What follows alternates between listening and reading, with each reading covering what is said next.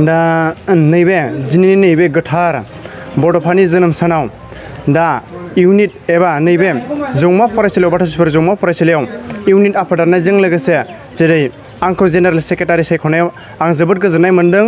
लोगोसे बड'फानि आइडिय'लजिखौ मावलांनो आं साखाफारा जाबाय। लोगोसे आं मावलांनो थियारि। दा आं बेखौनो बयनिसिमबो बुंनानै खावलायहरो।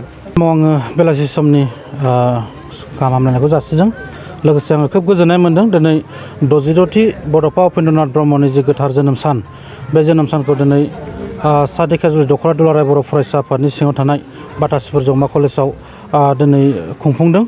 आरो बेजों लोगोसेनो बे बड'फा उपेन्द्रनाथ ब्रह्मनि जोनोम सानखौ लोब्बा लाखिनानै दिनै बाथासिफोर जौमा फरायसालियाव गोदान दुलाराय बर' फरायसा आफाद दालाइसा आफाद दाफुंनाय हाबाफारिबो जादों।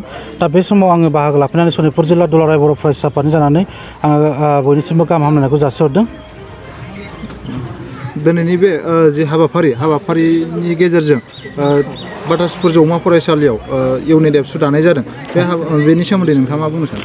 औ, बे खोब मोनसे गोजोनथाव बाथ्रा जे दिनै जोङो दुलाराय बर' फरायसा आफादनि जे मोनसे बिजन, बर' हारिखौ गेरेमसा हारि दाफुंनाय आरो दुलाराय बर' माहारिखौ बे बुहुमाव मोनसे गेरेमसा हारि दानायजों लोगोसे गासैबो बिथिङाव जौगाथाय लाबोनायनि थाखाय दिनै जि दुलाराय बर' फरायसा आफादा खामानि मावबोगासिनो दं।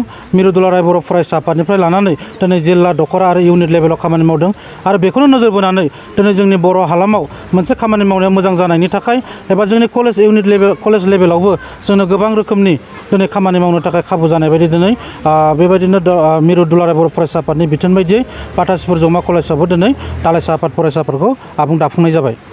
गोग्गो आदार जाग्रा सुबुंफोरनिसिम मोनसे गोजोनथाव खौरां। उदालगुरि जिल्लानि सिङाव थानाय मावरिया गामियाव मनाटिसा गावसुंथा हान्जानि सोद्रोमा हांमा ब्रह्म बिथाङा आसाम स्टेट रुरेल लाइभलिहुड मिशननि गेजेरजों खानस्रि हासार आरो गोबोर हासारजों दिहुनजानाय अर्गेनिक मैगं थाइगंनि गला बेखेवनाय जाबाय।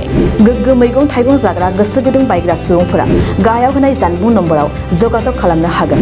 जानबुं नम्बरा जाबाय 8011748256। जानबुं नं 8011748256।